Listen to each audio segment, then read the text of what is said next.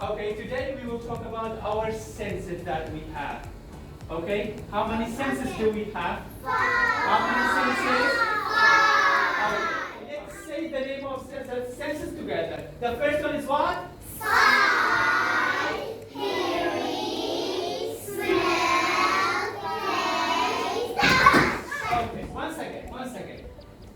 Sight, hearing, smell, taste, touch. Okay, for sight we will use which part of our body? Eye, For hearing, hearing, for smell, nose, for taste, tongue, and for touch. hand. Okay, well done, thank you.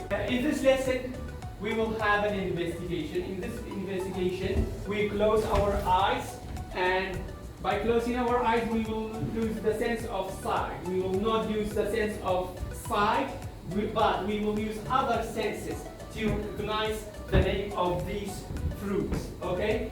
I will ask you to come here one by one, and you have to close your eyes and use other senses that you have. Use other senses that you have to recognize the fruits, the name of the, and you have to tell us the name of the fruit. Oh, okay, by the sense of smell and touch, you will know it, okay? Without using the sense of sight. And